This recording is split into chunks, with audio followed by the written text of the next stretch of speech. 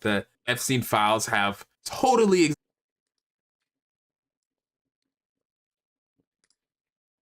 All right, guys, let's break this down because the level of irony here is almost impressive. Donald Trump, former president, current president, professional headline generator, and apparently now self-appointed judge of his own legal record, told reporters that the Epstein files have completely cleared his name. Totally exonerated, nothing to hide. Case closed. Except that's not what the actual documents, interviews, and investigations show. Not even close. And the speed at which this narrative is being pushed is wild. So let me tell you what happened. So Trump's on Air Force One talking to reporters and confidently declares that the Epstein files have totally exonerated him. Not partially, not there's nothing conclusive. No. Totally. So Hillary Clinton said in an interview today that she and her husband are getting pulled into the Epstein matter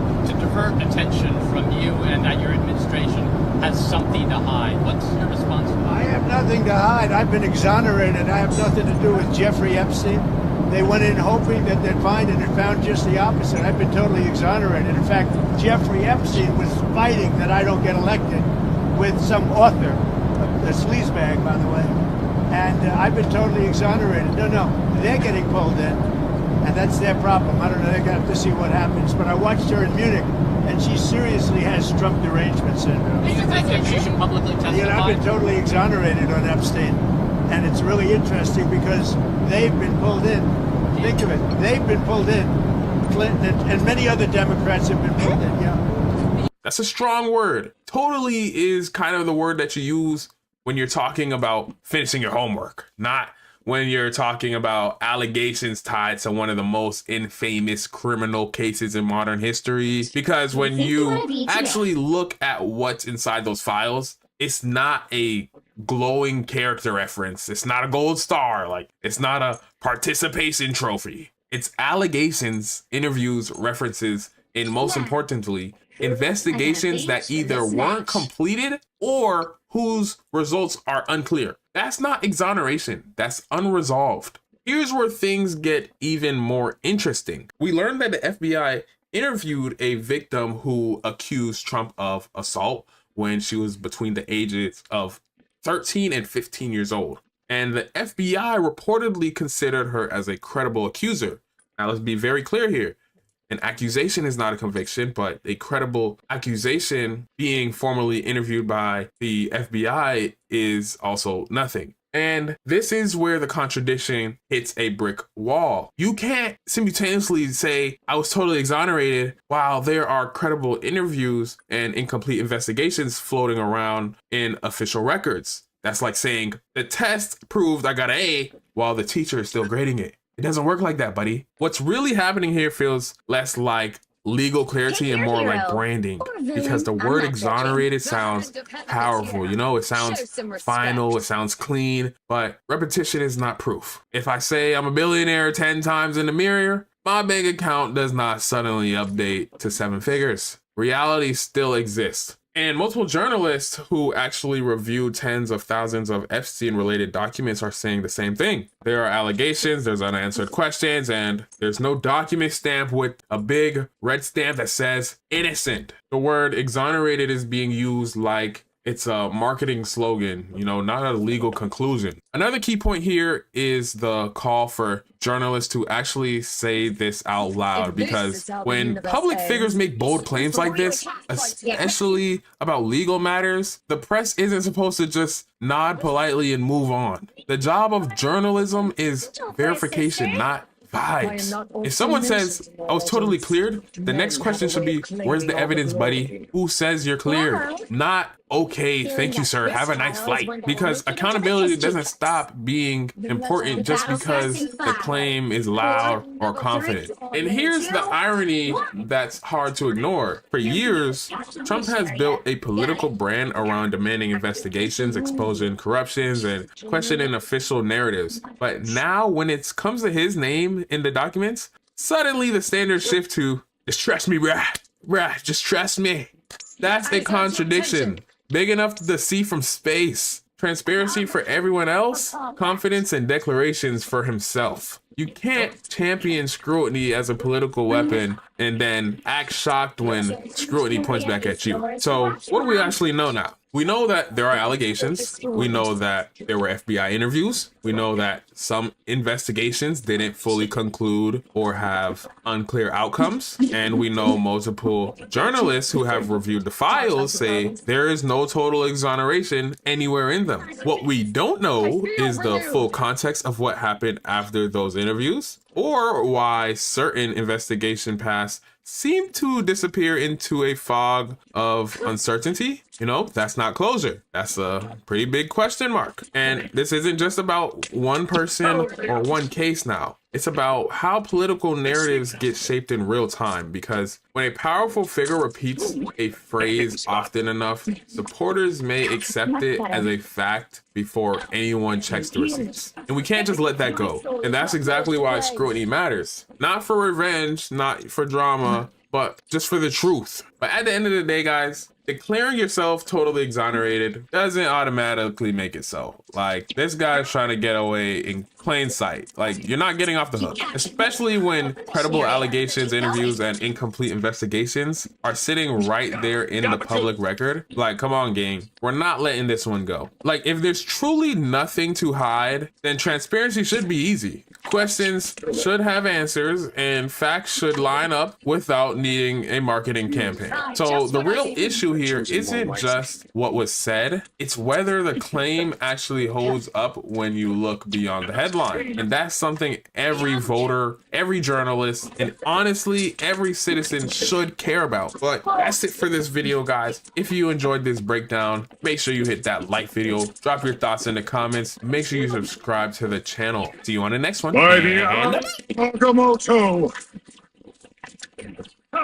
We started getting a lot more scat packs like Challengers, Chargers, Mustang GT premiums, like cooler inventory, bigger engine V8, more sports cars, or like this SRT Durango, pretty sick. The problem we're starting to get on it is that this Durango, we got it in last week. This weekend, we had a line of people trying to come in and take it out for a test drive. I get it, it's a cool car, you want to go out and test drive it, but the thing is, these people, they come in, say they want to look at it, try to lowball us, and then once they go on a test drive, they just start ripping it, man. They just gas pedal to the floor, and then we tell them to stop, and then they get mad, and they're like, oh, you guys don't let us test drive the cars. Like, man, how would you feel if I did that to your car? How do we handle this? Do we just tell people, sorry, for all these big cooler cars with bigger engines, you have to apply first? Or do we just kind of prejudge them, I guess? I don't know, because that doesn't sound right. Let us know in the comments, what would you guys do? Butterball turkey. Why are you glaring at me so, mortal? I I find it unnerving. Just wondering if all the angels are as lovely as you share. What happens when Dodge releases a new muscle car with the exact same engine style as the latest BMW M car, a twin-turbo inline-six, but with more horsepower? Surely it would be silly to try to go toe-to-toe with the Germans, right? You'd probably worry that people might put them side by side in a drag race, and maybe they'd even bring out a smaller, way less powerful German car with fewer cylinders as a bit of a litmus test. It would be insane to think that people wouldn't be curious what would happen here. What if the Dodge loses? That would be terrible. Well, we certainly wouldn't do it.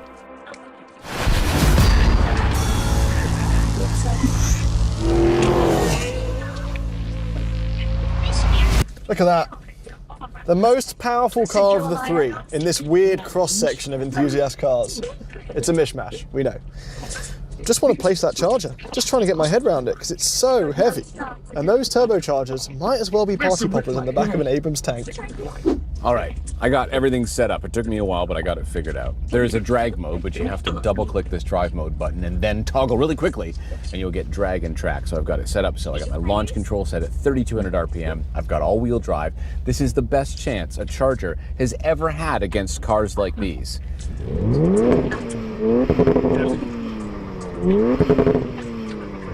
Found me someone to fight.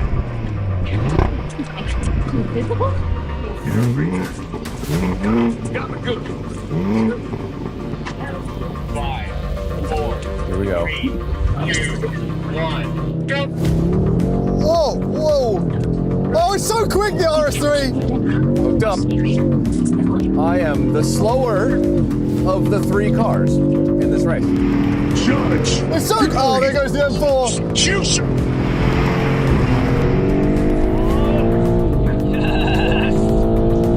By a lot, actually. This is a rocket. And there's the Charger in my wing mirror. Say it for me.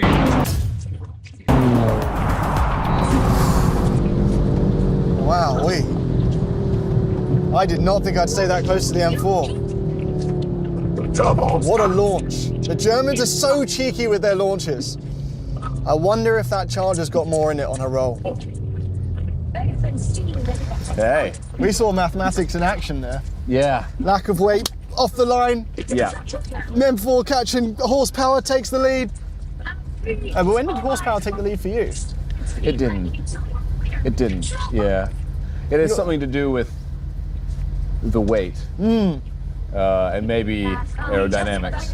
It's a roll race. And the transmission. And the power delivery. But look at it though, eh? Yeah, no, it's good. It's so orange. It's so orange.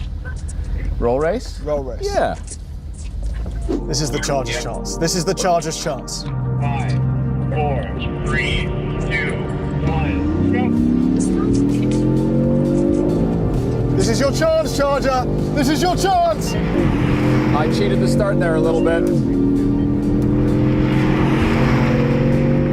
This is it. The M4's off. We're close. We're close. Is that horsepower going to get in there? No.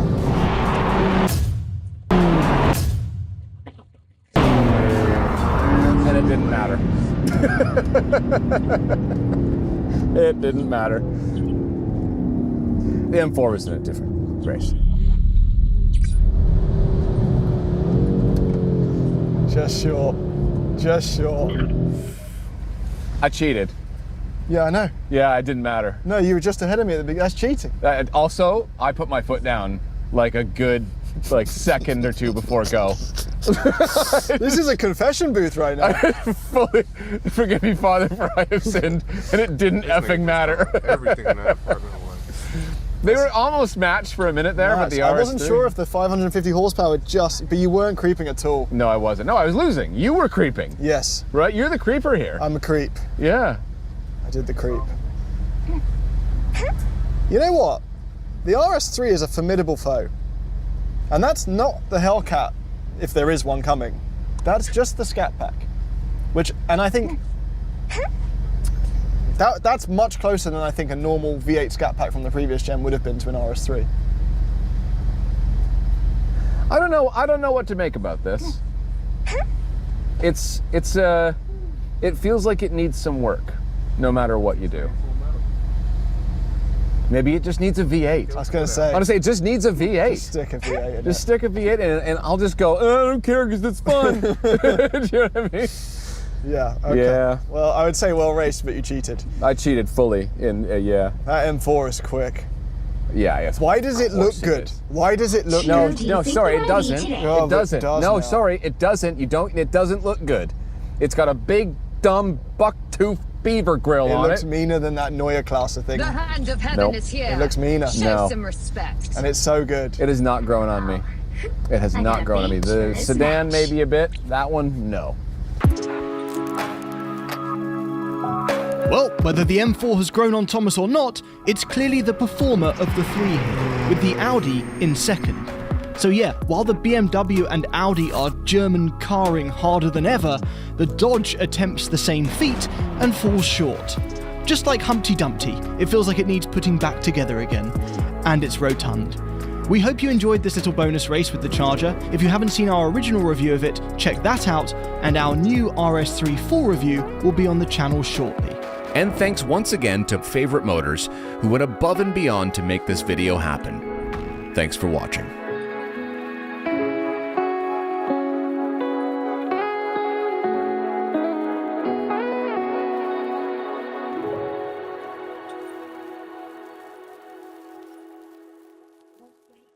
You'll need a top-notch team to win this one.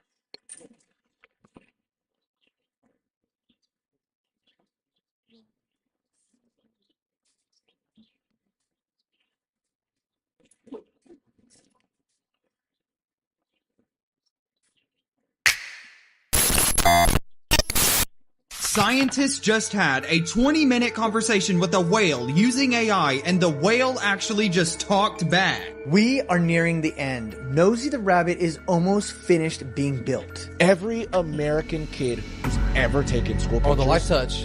We're all in the Epstein files. Yeah. You better watch yourself and your kids. Would you believe me if I told you that this mural was painted in a middle school? What was the first question you wanted answered when you became president? Where are the aliens? Let's freaking go, y'all. Welcome back to Unreal Reality, guys. Today, we'll be reacting to disturbing and mysterious TikToks that'll make you question everything. If anyone's new out there, please consider hitting that like and subscribe button so this video gets recommended to others. And with that out of the way, let's jump right into it. Scientists just had a 20-minute conversation with a whale using AI, and the whale actually just talked back. Dude, this is obviously about to sound fake right now, but this is completely real. So a team of researchers from UC Davis and the SETI Institute, which by the way is the same exact people who search for alien life, just dropped an underwater speaker off of the coast of Alaska. They played a recorded humpback whale contact call into the ocean, and a whale that they named Twain swam up to their boat and started responding. They're saying that for 20 straight minutes, Twain circled the boat and matched every single call that they played, timing her responses to the exact intervals between each signal. They say that she wasn't just making noises to respond back, she was actually matching the rhythm of the conversation. The lead researcher on this entire thing right now just said that this is the first official exchange between humans and humpback whales in the humpback's own language.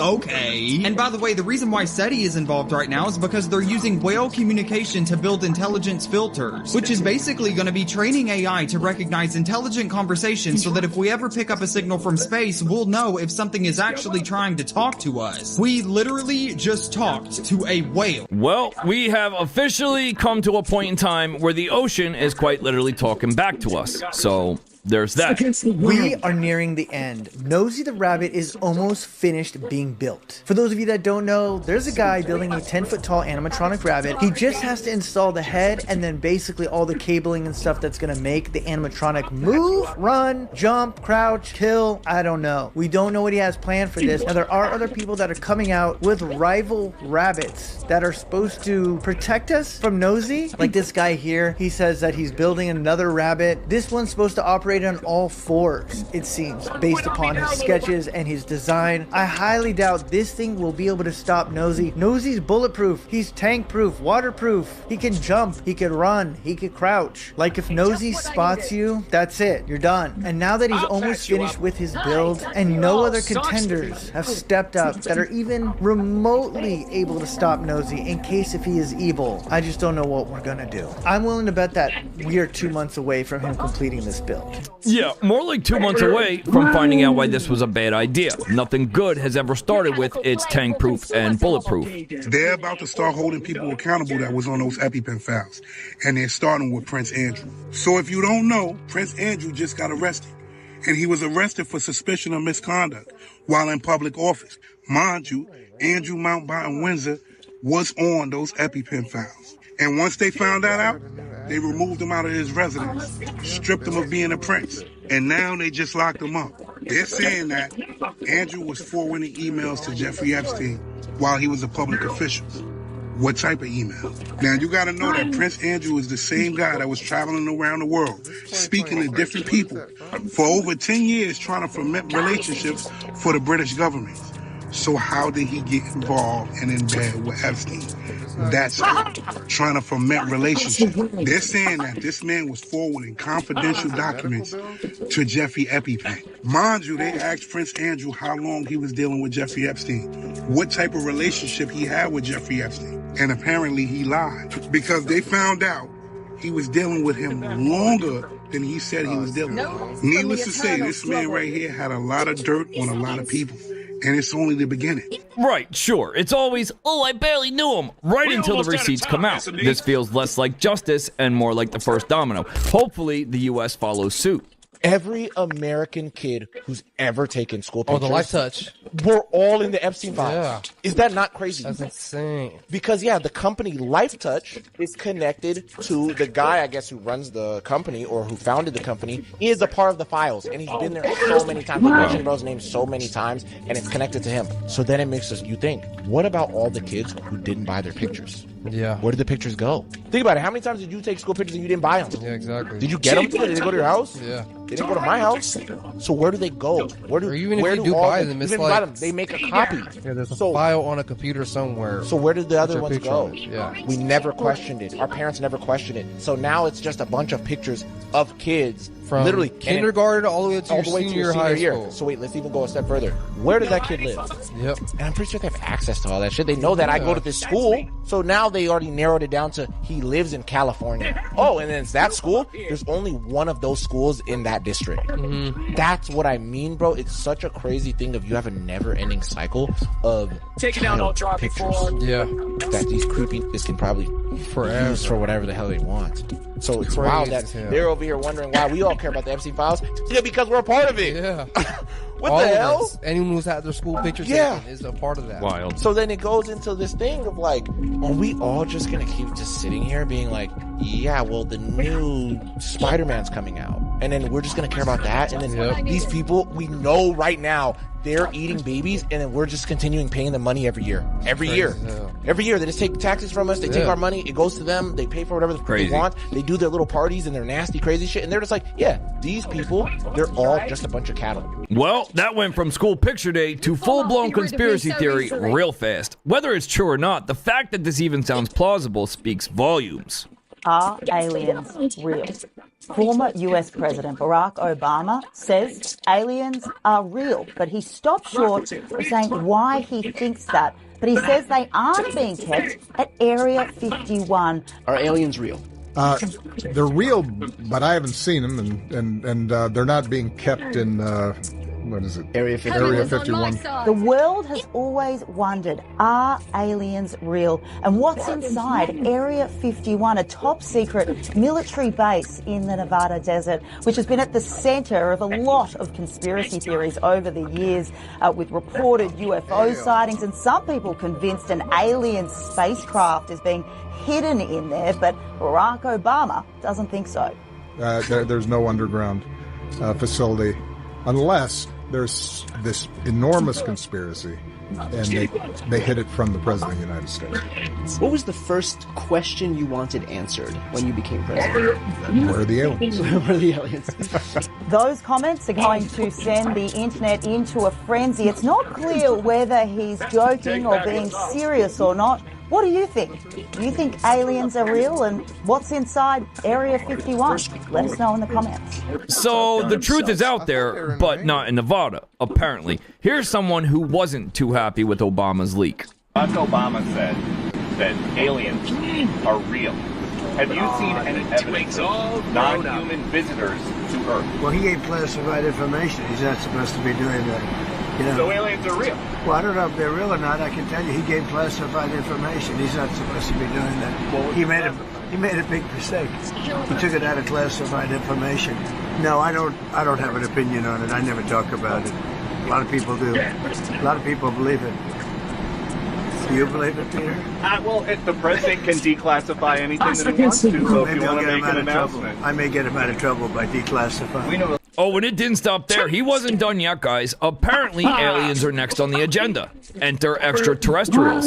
We got some breaking news. Donald Trump just said he will be directing the Secretary of War and other relevant departments and agencies to begin the process of identifying and releasing government files related to alien and extraterrestrial life, unidentified area phenomenon, UAP, and unidentified flying objects, UFOs, and any and all other information connected to these highly complex but extremely interesting and important matters. God bless America. This is breaking news. Like I said, Donald Trump just put this out. It's Thursday, 9 p.m. Everybody in the UFO community was literally waiting for this. And but the question is Donald Trump going to be directing the Lockheed Martin, EG&G, Raytheon, JPL, all of these private contractors to release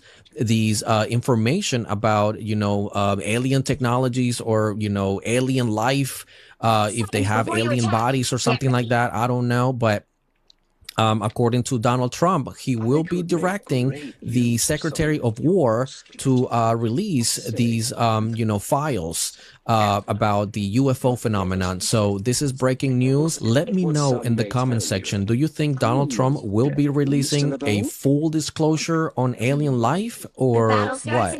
Not gonna lie, Secretary of War plus UFOs kind of sounds like the start of a Marvel movie. This is either history in the making or a headline we'll forget by Friday.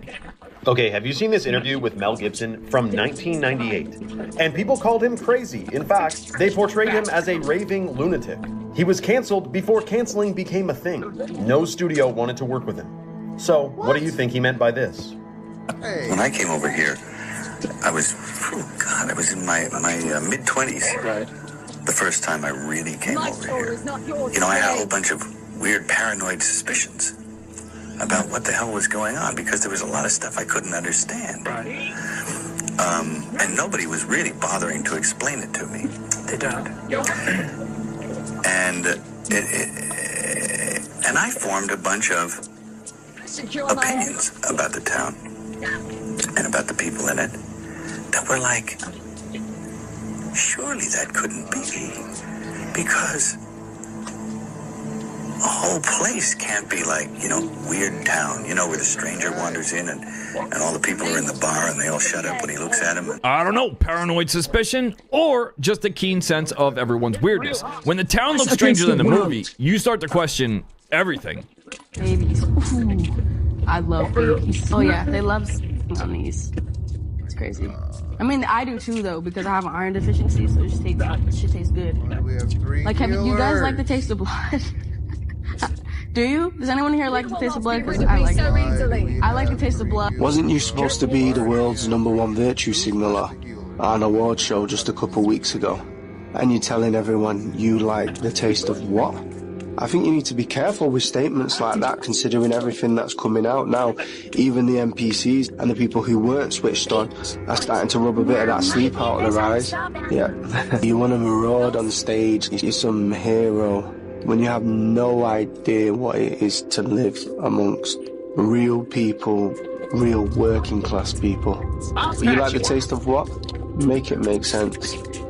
And these are supposed to be people children should be looking up to. Shut them all down. Cancel them all. And suddenly, the award show moral high ground looks a little slippery. Nothing says role model like casually admitting that. I don't know if people have heard this. You guys know the Chuck E. Cheese theory? Wait, break it down. Can anybody tell me why Chuck E. Cheese, if you look at the slices, why are the slices different shapes? Small, big. I always thought that was weird. Okay, you know why? They said when the kids eat the pizza. Okay. Kids never really finish their pizza at Chuck E. Cheese. They're running around and eating, then they all go home, right? So there's leftover slices. Do you know what to do with the leftover slices? They take the slices, put them back in the oven, melt the cheese over again, and bring it back out. Okay. That's why they're different. Oh my God. So that's just like allegedly. That's like mush of everyone else's leftover pizza. Right. So that's why the last time I went to Chuck E. Cheese, I got fucking sick. Because you probably was eating somebody else's pizza. Right. That sounds crazy. They're all different shapes. Like some are like small, some are big. They just take the old slices. Oh no. Run them back, put the cheese over it, and then melt it, and then bring it out. Because think about it. You're dealing with a bunch of kids, right? They're going to take one bite and then go play. They never eat the full pizza. They never eat the full pizza. And that costs them millions of dollars if they're throwing out fresh pizza all the time. But wouldn't that save them or make them a lot of money to do so? Actually, you would. It saves them. And then guess who's working in the back anyways? A bunch of teenagers who don't give a shit. Well, I mean, CEO was on the Epstein files, so at this point, you can't put anything past. He was on the Epstein files. Right. But being that he stepped down, if you were just mentioned and you were like, oh, I just took a jet one time, I went to a party, you step down. Unless it's really some shit. You don't want discovery. You don't want to take the whole company down. Yeah, because if you're current CEO, this is why everybody, right before COVID, everybody stepped down from the CEO position because they didn't want that heat of, stocks crashing and all this stuff. They're like, oh, I ain't dealing with this. They keep saying that. They keep saying that the stocks are going to crash. This last file drop, they saying everything's going to crash. Even the Trump administration, they keep saying it. It's like, what's on there? And then Alex Jones came out and said something too. Alex Jones is like, yo, I talked to somebody from the FBI and he's like, you don't want to know what's on this last drop. Like, it's honestly, it's going to everybody up. Yeah, I don't know, guys. I've definitely eaten my fair share of Chuck E. Cheese pizza, and never once have I had an uneven slice. If y'all have, now you know why. The Brooklyn Public Library is a Freemasonic temple, and the depictions here are absolutely shocking, so make sure you watch to the end. First of all, we have the classic 2 pillars of Freemasonry. And then we get to the side here, we see the Freemason scholars, the snake, the sun, Egyptian deities. Oh, and let's not forget about the Freemason compass, the owl. You know that same owl that they hid on the dollar bill, which was also constructed by a Freemason? Let's continue on. We have 2 more owls on top of 2 more pillars here. More scholars, more deities bearing the crown. Whose crown is that? Who is that for? Oh, we also have a depiction of a dragon, because dragons are just mythical creatures. They definitely don't exist. And let's not forget the pine cone here, which was utilized a lot in our ancient world by the Anunnaki, symbolizing an awakened being, because the pine cone is the same shape and size as our pineal gland. Maybe not size, but same shape.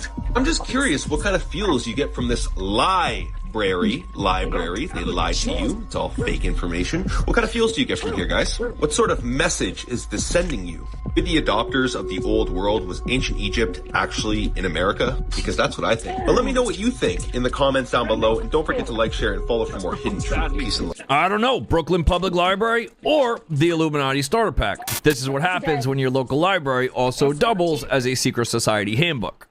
I will tell you, I have witnessed many things that are unexplainable. I'm a believer in this hotel. There's definitely spirits. 22 documented jumpers from the hotel back during the Great Depression. They claim that's where all the stories come from. I've heard voices and had elevators run by themselves. Lights will start to flicker as if the spirits are aware of the fact they're being discussed. They just want you to know that they're here.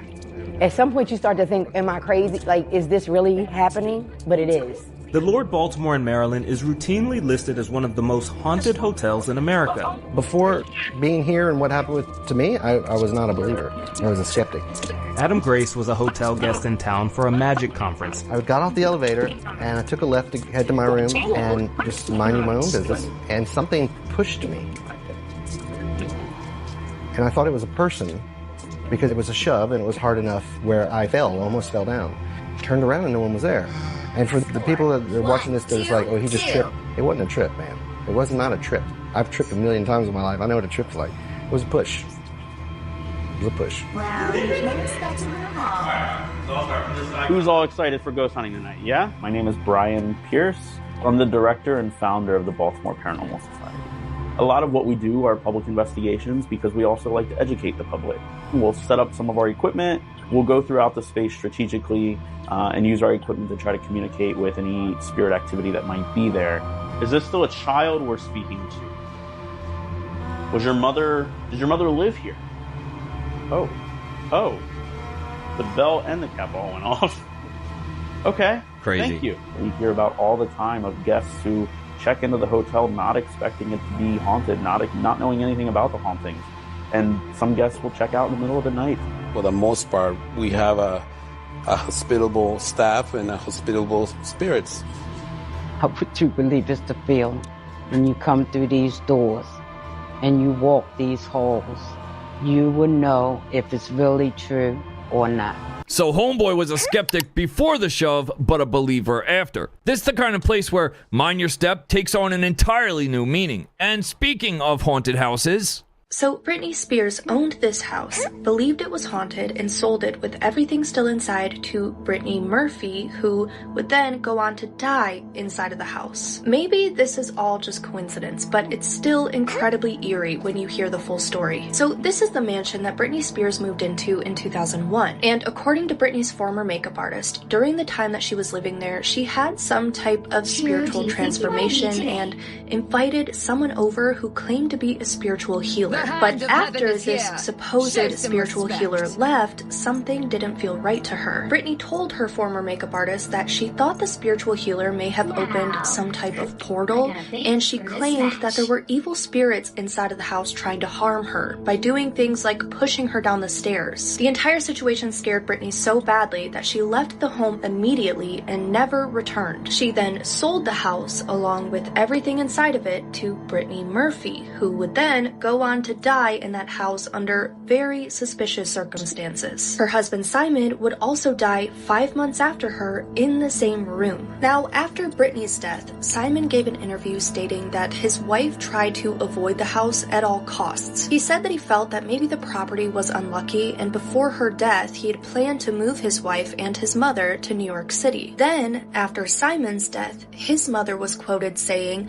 "All I know is that before Simon's death, he was having hallucinations that things were crawling out of his skin." Now, a lot of people believe that this can all be attributed to toxic mold poisoning. Maybe the home was filled with black mold, which, when exposed to for a prolonged period of time, can cause hallucinations, paranoia, insomnia. It can also cause breathing problems. And the ultimate cause of Britney and Simon's death was listed as community-acquired pneumonia. But the coroner's office said that toxic mold wasn't the case. They instead said that Britney's death was due to an iron deficiency and intoxication from prescription medications, which likely weakened her immune system and then led to a fatal bacterial infection. Simon's cause of death was nearly identical. So if this was the case, was Britney Spears right? Some homes give vibes. This one gave warnings. You think celebrity life is glamorous? Try living with a ghost.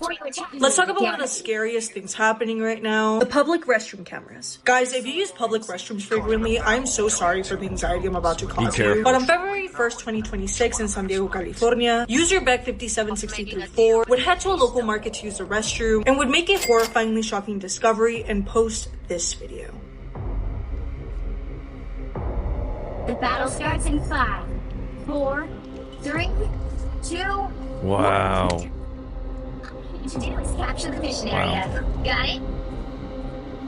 Everything most decidedly does not happen for a reason. Yeah, just a full-on live feed doorbell camera Crazy. hidden inside a box facing the toilet. She would proceed to call 911 and then later ABC News to spread awareness. However, when cops got there, staffers at the market declined to give a comment. And the incident is now under investigation and is now all over the news. Now, unfortunately, this isn't an isolated incident, as there have been several incidents like this in hotels, Airbnbs. It is a never-ending situation that just keeps getting worse with the advancement of portable and smaller cameras, with hidden cameras disguised as USB ports, alarm clocks, even tiny little cameras that can sometimes be hidden in air vents. But experts warn that if you see any strangely placed objects facing vulnerable spots like beds, toilets, showers, basically any place where you think you would do something personal, you might want to double check your surroundings just in case there's a hidden camera. Stories like Beck's that reminds me that this is only going to get worse the more time that passes and technology advances. Listen guys, I'm not trying to scare you, I'm just trying to spread awareness.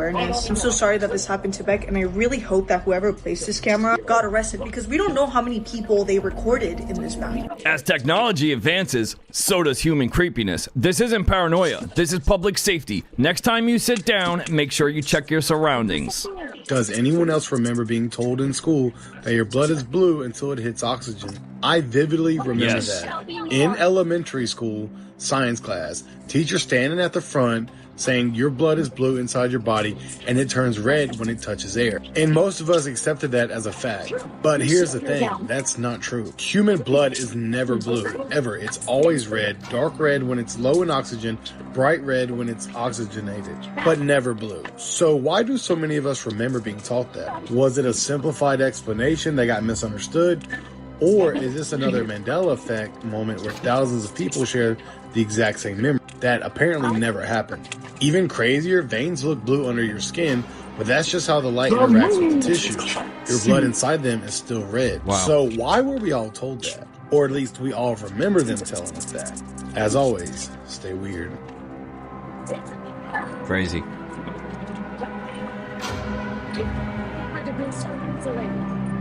Yeah, I don't know. Blue blood or just a childhood lie. Mandela effect strikes again, this time in biology class. And speaking of blood... All right, hold on. You were Puffy's blood boy? From 2004 to 2014. Don't think I'm stupid, but what's a blood boy? So when somebody parties too hard or isn't living right, they want a fresh blood in their system, right? I didn't drink, smoke weed, I didn't eat any pork, none of that. Diddy saw me and he was like, yo, I got a job for you. He was like, I want that blood. And I was like, whoa. And he drops 10 grand on the table. 10 large. Yeah. He said, I want a pint of your blood right now. So that was a one-off, or you start? No, that was the beginning. I'm a universal donor. He thought I was special. He called me his lucky little blood boy. Every 3 months, he would fly me down to Miami. And this was the crazy part. He never actually wanted to do it on land. It was illegal at that time. Yeah. So we would get on a boat and he would take us to what he would call Oconus, outside of the continental United States. Yeah. And on his Rita's yacht, glad to have another he would genius just around to help drain him blood. solve this And he would just drain me, dude. Look at him from 2004 to 2014 and tell me if he ate. Yeah, facts. And he's aging now that he's in prison. He's not all of a sudden Father Time caught up with him. You know what I mean? Yeah. For 9 years, the majority of Puffy was made up with my blood. With my blood. With my blood. With my blood. So, a universal donor, but also a human smoothie? Guys, when they say give a little blood, sweat, and tears, I don't think this is what they meant. Did you know that there are hidden portals in Earth's magnetic sphere? And scientists, along with NASA, have known this for decades. Yeah, portals, just at the outer edge of Earth's atmosphere, right as you get to space. Scientists have even named these portals. They're called X-spots because of the point where the magnetic connection is and the portal begins. Crazy.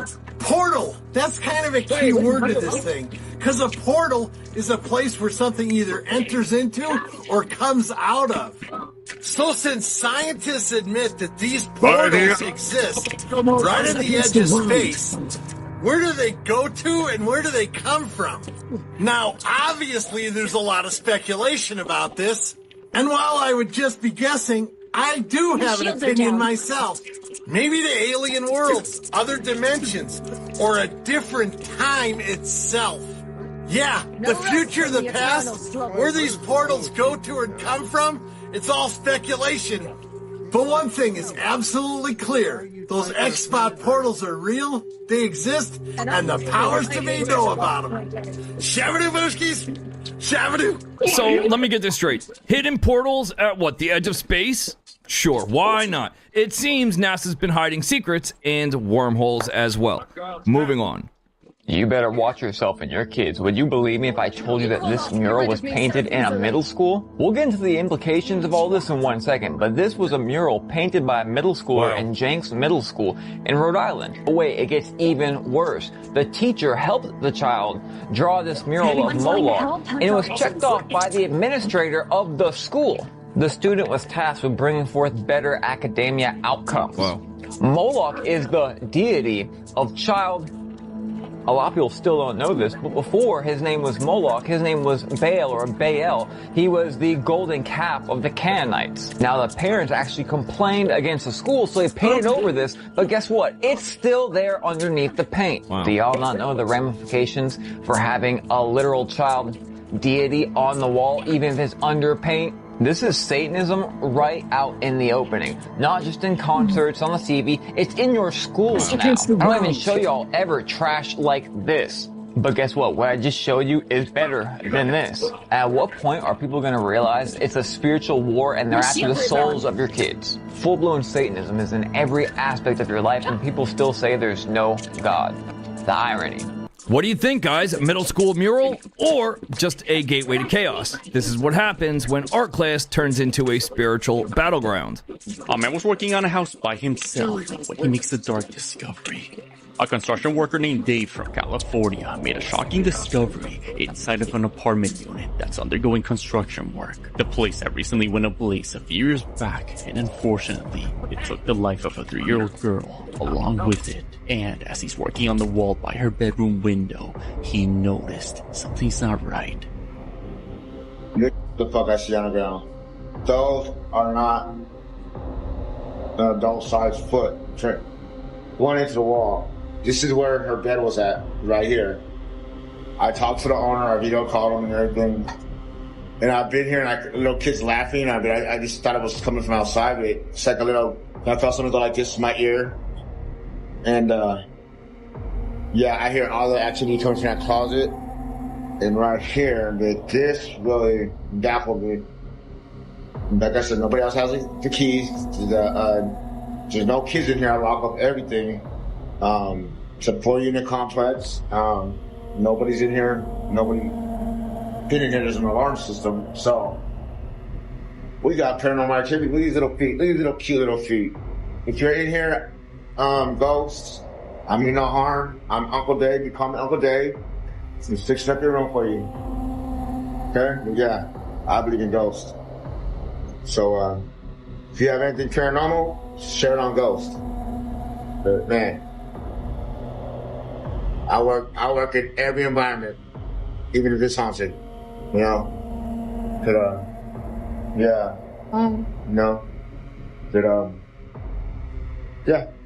Say something. If you hear some ghosts or whatever, or catch the ghost activity, share it, man. Just beside him, the man sees a fresh trail of small footprints on the concrete dust, as if a baby or toddler walked by him towards the wall. He explains he kept hearing kids' laughter and noises inside, which he found all the more strange, but he didn't notice. While concluding the video, the faint, disembodied voice of a child can be heard saying hi. Yeah. No. Not seeing anyone inside or outside, while keeping the whole place locked down with keys, including an alarm system, Dave's left with no other explanation but to think of the paranormal. Could this be the restless spirit of the girl whose life was tragically taken in that very bedroom, residually haunting the place? Although a clear explanation remains, Dave shows to make peace if anything really is haunting the room. Oh, hell no. Fuck that noise. You'd have a better chance getting that ghost to come back and finish the job before I ever step foot back in there. That's all I got for this one. Leave us a comment. Let us know your thoughts. Smash that like and subscribe button. Fam, the members group is open. Come join. The Instagram is live. Come join, and we'll see y'all in the next one. Peace.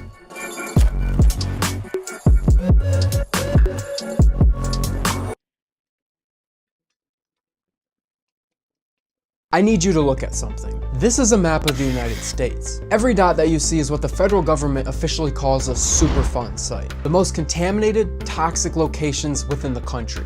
And each dot that you see made it onto the list called the National Priority List. Now count them with me. 1 dot, 10 dots, 100 dots. There are about 1,300 dots on this map.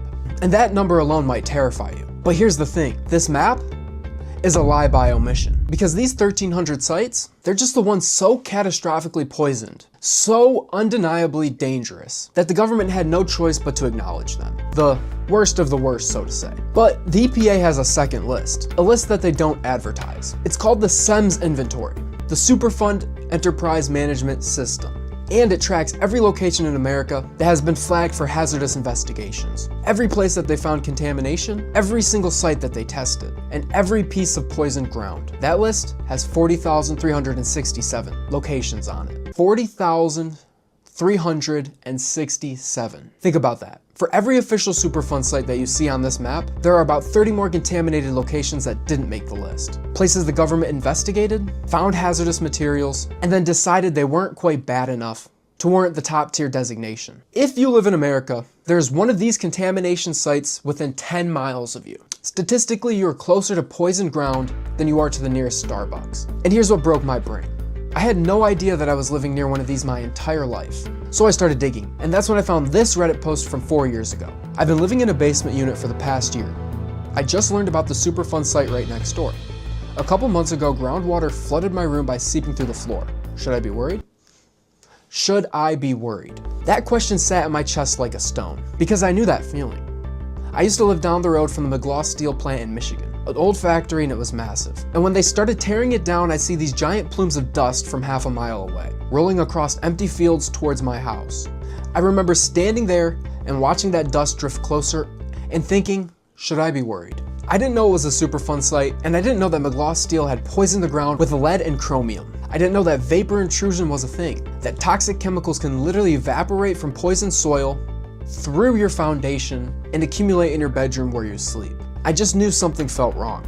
So when I read that Reddit post, this person lying in bed, and groundwater seeping through their floor, asking the internet if they should be worried, I realized his question was my question too. And it's probably your question as well. So should we be worried?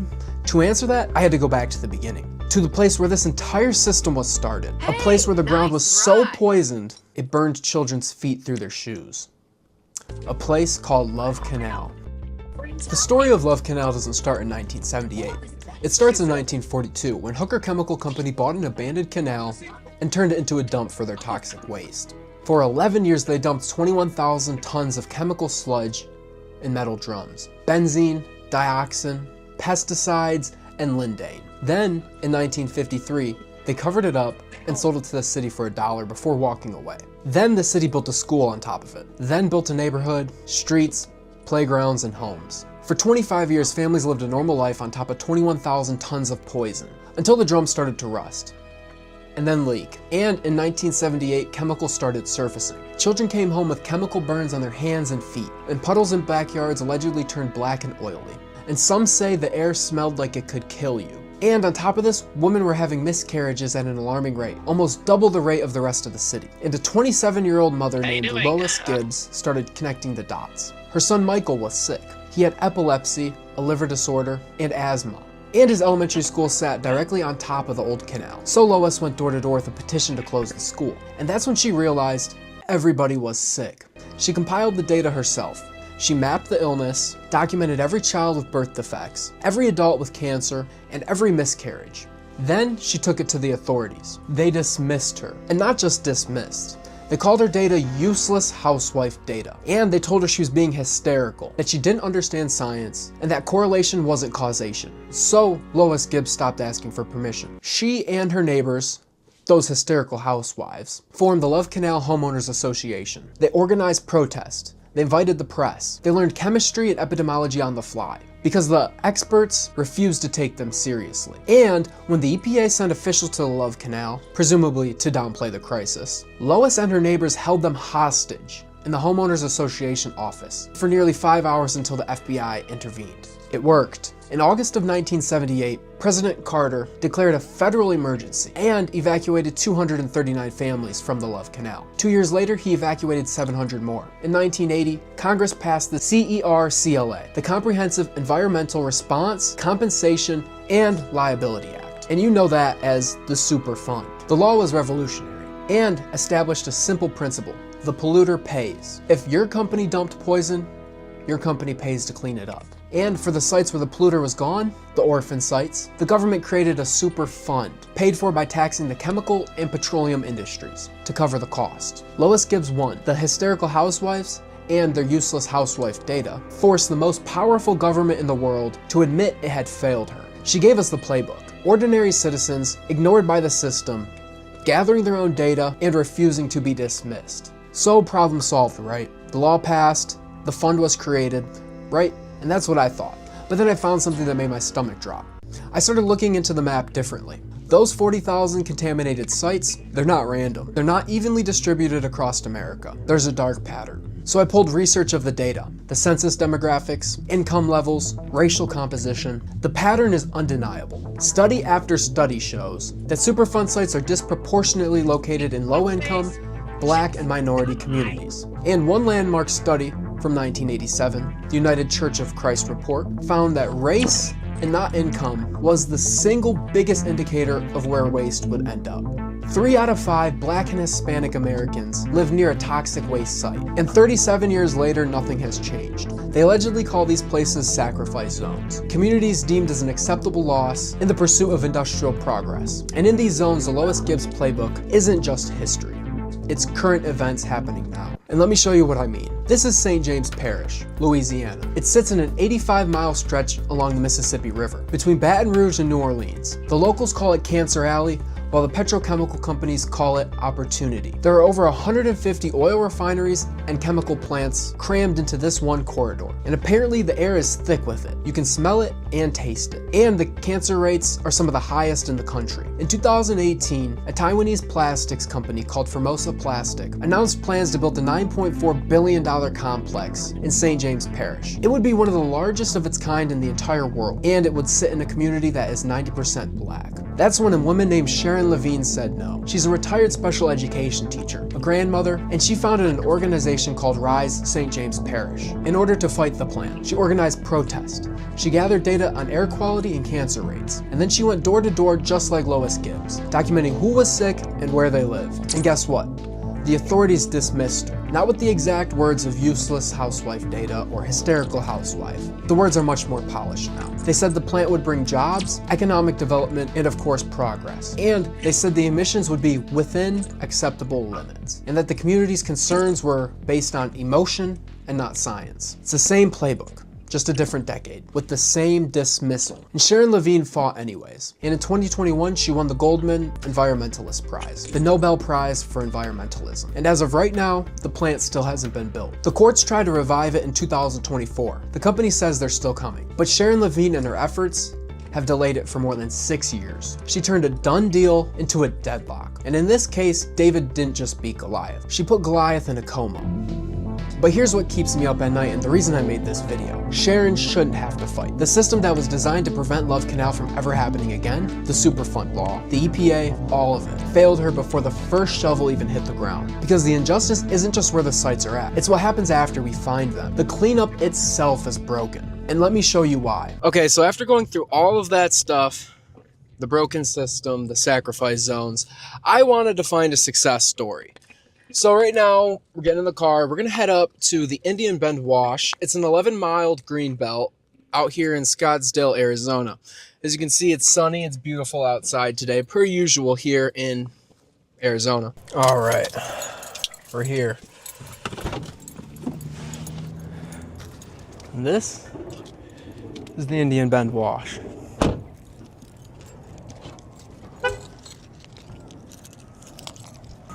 As you can see, there's people riding bikes, there's families out here. It's a beautiful park. In the 1980s, this entire area was a Superfund site. Electronic manufacturers like Motorola and Siemens dumped poisonous chemicals into the aquifer. These chemicals, PCE and TCE, are known carcinogens. Over 20 years, the EPA cleaned up this site, pumping over 145 billion gallons of water and treating it. This project by the EPA is considered one of the most successful projects. As you can see though, this place admittedly is beautiful. So I found this place and I thought to myself, so this is it. This is what success looks like, right? Beautiful park. We got birds, there's ducks in the water. It's gorgeous out here. But there's a catch. In the late 2010s, I believe it was 2019, they did another investigation. And unfortunately, they are finding PFAs, or forever chemicals, within the water. PFAs, per and polyfluoroalkyl substances, or forever chemicals.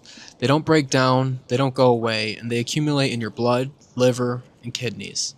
They're linked to cancer, thyroid disease, immune disorders, and developmental problems in children. And as of 2024, the site is officially in remedial investigation phase, which means the cleanup wasn't a success. And I'm sure you're wondering what happened. PFAs weren't on anyone's radar in the 1980s. They weren't part of the cleanup because we didn't know to look for them. They were in firefighting foam used at airports and military bases. And while the EPA was treating for TCE and PCE, the PFAs were silently accumulating. The EPA didn't add PFAS to the contaminant list until 2016, and we didn't start testing it at Superfund sites until later. And what we're finding is that the places we thought we'd fixed are contaminated all over again. And now the reason why we're here and talking about PFAS in this site. Not because Indian Bend Wash is an outlier and a special site, something different than the rest, but because it is similar. And here's the worst part. The cleanup methods that worked for TCE and PCE, the pump and treat soil excavation method, they just don't work for PFAS. These chemicals bond differently, spread differently, and we're still figuring out how to clean them up entirely. There's an alleged of upwards of 57,000 contaminated sites for PFAS here in America. PFAS were used at every military base in the country, every airport, and every place we thought we were being safe. Indian Bend Wash isn't just an outlier. It's a preview of what's coming. So we're back to that Reddit post. I've been living in a basement unit for the past year. I just learned about the Superfund site right next door. And a couple months ago, groundwater flooded my room by seeping through the floor. Should I be worried? 4 years ago, this person asked the internet if they should be worried. And truthfully, I don't know if they ever got the real answer they were looking for. I don't know if they moved, and I don't know if they're still lying in that basement, seeing that groundwater seep through the floor and wondering if it's killing them. But I think I know the answer now. Remember how I told you I used to live near the McLaw Steel plant in Michigan? Half a mile away, point to point. And when they tore it down, I'd see those plumes of dust rolling across the empty fields towards my neighborhood. I remember sitting outside, watching it drift closer, and having this feeling I couldn't name. Just something wrong. The should I be worried feeling. And back then I didn't look it up. I didn't check if it was a Superfund site. I just lived there. Like that Reddit user, like millions of people living within 10 miles of one of those 40,000 dots. And here's the hard truth. Yes, the threat is real. Living near a Superfund site is statistically linked to lower life expectancy, to higher rates of cancer, to developmental problems in children, and vapor intrusion, the thing I didn't even know existed, which it's documented across hundreds of locations in the country. Toxic chemicals evaporating through poisoned soil, seeping into homes, and accumulating in bedrooms where people sleep. The invisible monster is real. So yes, maybe you should be worried, but worried isn't the point.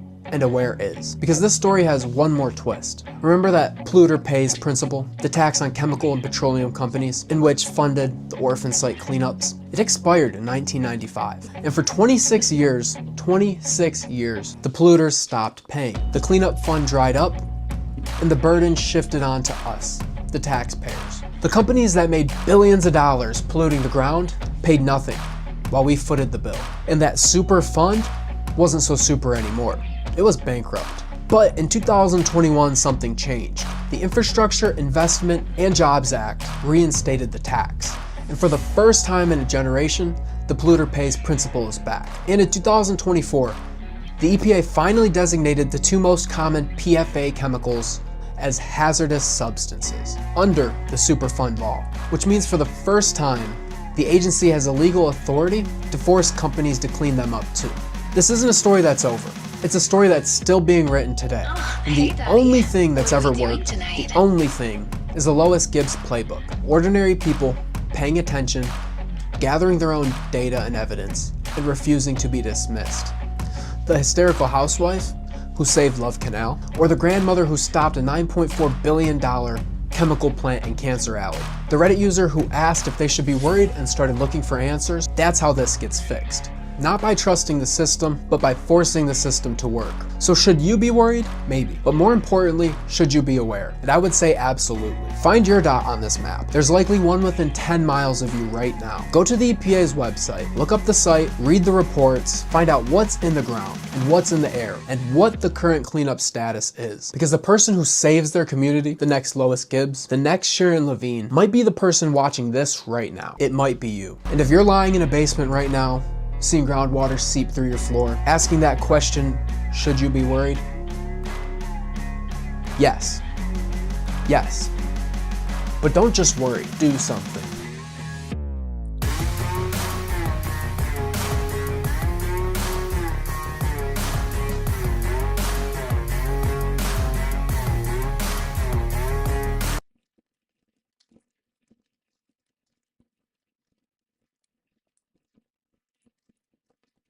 If there's anything the Trump administration is known for, it's corruption, And man, this is a hilarious case. If you don't know who this guy is, his name is Howard Lutnick. He just got caught in a big scandal. He is Trump's 41st United States. If there's anything the Trump administration is known for, it's corruption. And man, this is a hilarious case. If you don't know who this guy is, his name is Howard Lutnick, and he just got caught in a big scandal. He is Trump's 41st United States Secretary of Commerce for our country. Very important guy, very important job. And of course, like all other Trump administration officials, he's used that position not to benefit the people, but rather to line his own pocketbook. For a long time, Howard Lutnick has been the guy who's been championing tariffs. Look at this article by the New Yorker from back in July. It said Donald Trump's tariff dealmaker in chief, describing Lutnick as the guy who's going out there fighting for tariffs because he loves tariffs so much. Well, guess what? Behind the scenes, Lutnick didn't like tariffs so much, or at least he didn't think they were legal, because we just found out that his former investment bank, the one that's run by his kids currently, the one that he was running until he took office, was betting this whole time against the tariffs that he's been championing, literally betting against his own policy. That is completely hilarious. Take a look at this story. A financial services company led by the sons of U.S. Commerce Secretary Howard Lutnick is creating a way for investors to bet that President Donald Trump's signature tariffs will be struck down in court. So his sons, running the company that he founded, created a financial instrument so that they could profit off of people betting that tariffs were going to get struck down. And they profited a lot off of that. It continues. Lutnick ran Cantor Fitzgerald, that's the name of the firm, for nearly 30 years until he was confirmed by the Senate back in February when he turned over control of the firm to his sons, Kyle and Brandon, who are in their 20s. Since joining the Trump administration, Lutnick has emerged as one of the most vocal supporters of the president's tariff policies, which Lutnick has said would raise hundreds and hundreds of billions of dollars in revenue for the United States, eventually eliminating the need for Americans making less than $150,000 to pay taxes. So vocally and in public, he's loved tariffs. He thinks we need more tariffs. Tariffs are fantastic. They're raising all this money. Behind the scenes, his son, absolutely, with his knowledge, were profiting off of all the bets that people were making that these tariffs were illegal. He was aware that people believed these tariffs were illegal, and he was aware that it was very likely they were going to be struck down. But while he was aware of all this stuff, he was saying things like this on TV. Watch. All right, the Commerce Secretary Howard Lutnick was at the Supreme Court to watch the discussion today and joins us now. Sir, good to have you back on. What did you see today? What do you think? How do you think they're leaning? This is before their decision. Well, I think they're leaning toward the president. So what happened is General Sauer, our Solicitor General, was out first. And the justices were tough. Let's say they were asking them tough questions. But when the other side got up, wow, it was very, very strong. And so I left very upbeat and very positive. He was so confident that the Supreme Court were going to uphold these obviously illegal tariffs in public, at least. That's what he manifested, except... the Supreme Court rules that Trump's sweeping emergency tariffs are illegal, as I reported in my video yesterday. Yeah, it turns out, Mr. Howard, your public manifestations did not align with what ended up happening, with what the truth was. And it seems like, from all the evidence that we have, that you actually didn't believe the stuff that you said to the American people. You lied to us. Meanwhile, you were profiting, literally betting against what you were saying publicly. That is insane amounts of corruption. The entire internet is completely attacking him for it. But to understand this scandal better, look at this. In a letter seen by Wired, a representative from Cantor said the firm was willing to trade tariff refund rights for 20 to 30% of what companies have paid in duties. So for a company that paid $10 million, they could expect to receive $2 to $3 million in a trade. So here's what exactly, this is how this operation worked. Howard Lutnick's company, the one run by his sons, was basically buying the refund rights of tariffs from these companies. So any company that was paying tariffs, they had refund rights in the case that those tariffs were struck down, right? So if you paid $10 billion in tariffs, if the tariffs are struck down, the government has to refund you all that money. These guys, at Cantor, his sons, his family, they said, we really think that these tariffs are going to get struck down. Let's go to these companies and say, we will pay you millions of dollars right now so that if there's a refund, we get it and not you. It's a fantastic bet to make if you know they're going to get struck down. And what did they know? They knew it was going to get struck down. Howard Lutnick knew, his family knew. They placed these enormous bets, and they profited, looks like, 5 times as much as they put in terms of the money that they invested to buy these refund rights. That is truly extraordinary, and the entire internet is nuking him for it. Take a look at this one video, which I think is indicative of what the internet thinks about him right now. Following the bouncing ball, Howard Lutnick designs a system of tariffs to tax companies in America. An illegal tariff tax. They get taxed, pay in these millions. Trump says it's billions, but it's illegal. So the courts are going to overturn it. So before the court, Lutnick knows it's illegal. He created it.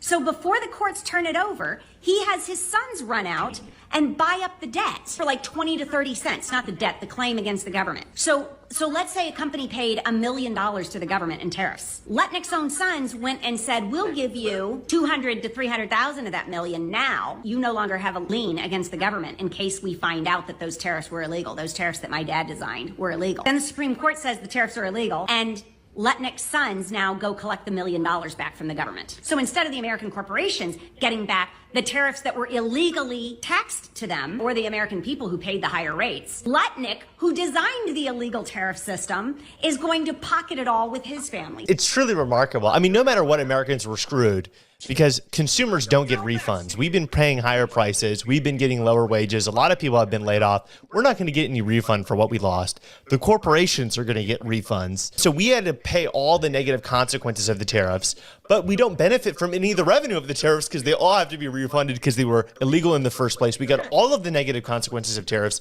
literally none of the positive consequences, and there weren't even that many positive consequences to begin with, let alone now we know this is all part of a huge grift corruption scandal by the guy who designed the entire system. People are saying that he needs to be investigated. People are already going after Howard Lutnick for a while, but now people are really, really, really angry. Look at Ed Krasenstein. He's tweeting about it, but also, surprisingly, Alex Jones. Here's what Alex Jones has to say about this entire situation. There's a New York Times article. Wall Street bet against the Trump tariffs. You mean Lutnick and Bessent's sons and all of them did? Oh, they're all in on it. The sons are all being used as the bagmen. He and his family made gigantic bets that this would get reversed because it does destroy the heart of the globalist takeover and ends. Howard Lutnick is getting criticized by Alex Jones, a guy who loves Trump, has supported Trump every step of the way. That's how bad things have gotten for them. But it continues. They're denying that they did anything at all to bet that the tariffs were going to get struck down. They're like, these people are completely lying. But the reality is we have the financial records. We know that it happened. We also know that Howard Lutnick has a very long history of lying to our face about what he believes. Here's him denying his relationship with Jeffrey Epstein. And then we have some emails that show that his relationship with Jeffrey Epstein continued far after whenever he said it ended. Watch. He opens the doors and there's a massage table in the middle of the room. And candles all around and stuff. So I ask very insightful, cutting questions. I say to him, massage table in the middle of your house? How often you have a massage? And he says, every day. And then he gets weirdly close to me. And he says, and the right kind of massage. Now my wife is standing here. So she looks at me and I look at her and we say, I'm sorry, we have to go. And we left. And in the 6 or 8 steps it takes to get from his house to my house. Because they're neighbors. My wife and I decided that I will never be in the room with that disgusting person ever again. Wow. So I was never in the room with him socially, for business, or for even philanthropy. If that guy was there, I wasn't going because he's gross. He was never in the room with Jeffrey Epstein again after this event, which was in 2006 or something. Then in 2012, what happens? From Howard Lutnick. Hi, Jeff. We are landing in St. Thomas early Saturday afternoon and planning to head over to St. Bart's, Anguilla, on Monday at some point. Where are you located? What is the exact location for my captain? Does Sunday evening for dinner sound good? I have another couple, yada, yada, yada. He went to Epstein's Island and ate lunch with the guy. He said, I never was with him again. Well, it turns out actually you were. And he even was confronted on this in front of Congress, and he admitted as much. Watch. I did have lunch with him as I was on a boat going across on a family vacation. My wife was with me, as were my 4 children and nannies. Lutnick yesterday. Well, turns out you lied, you got caught, and then you admitted it afterwards. That's humiliating, but it isn't the first case of corruption in the Trump administration. Just recently, we learned about this story. I don't know if you guys heard about this, but Trump threatened to block a new bridge between Detroit and Canada from opening. Literally, this bridge has been almost fully constructed. He said, I'm not going to let it open. And why did he do that? Because the guy who owns the other bridge, the current bridge that everyone's using, is somebody who gave a lot of money to his campaign. Take a look at this. Moran gave the money on January 16th, according to disclosure. 24 days later, on February 9th, Trump used a social media post to threaten to prevent the new Gordie Howe International Bridge between Detroit and Windsor. So this guy gives Trump money on January 16th. On February 9th, not even that long later, Trump's like, yep, I'm not going to let this competitor to you open. Matthew Moran, whose family owns the Ambassador Bridge, gave Trump $1 million. $1 million is all that it costs to bribe Trump into not letting a bridge open that would help literally hundreds of thousands or millions of people, help the American economy. This is totally, frankly, ridiculous. I mean, we have the FEC report just in case anybody doubts that this is legitimate. But guys, the corruption is the norm under the Trump administration. Trump is selling pardons. Trump is selling, I don't know, just straight up public policy. Howard Lutnick is lying to our face over and over and over again about his relationship with Epstein, about what he thinks about tariffs. He's betting with his sons behind the scenes against the own policies that he's engineering. It is corruption through and through. These people are not America first. They are themselves first, the elite first, the elite pedophile class, the Epstein class first, Americans last. And we need to all understand this, okay? Anybody who's going to the polls in the 2026 elections needs to understand that the Republican Party does not serve normal American people. They do not care about normal American people. Actually, they are desperately trying at every possible instance to rip normal people off so long as it benefits the elites they actually serve.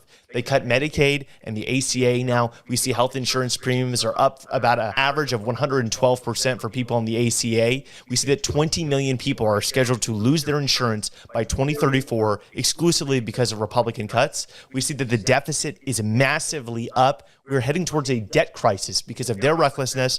They keep borrowing money and then giving it to billionaires and corporations because they don't care about young people. They don't care about normal working Americans. They will grift off the presidency. They'll grift after every piece of power that you give them. They do not care about anyone but themselves. That's what everybody needs to understand. Guys, if you want to get more coverage on what's really going on in our country, make sure to like, comment, and subscribe. I'm a law student, and I make these videos every single day, and your support means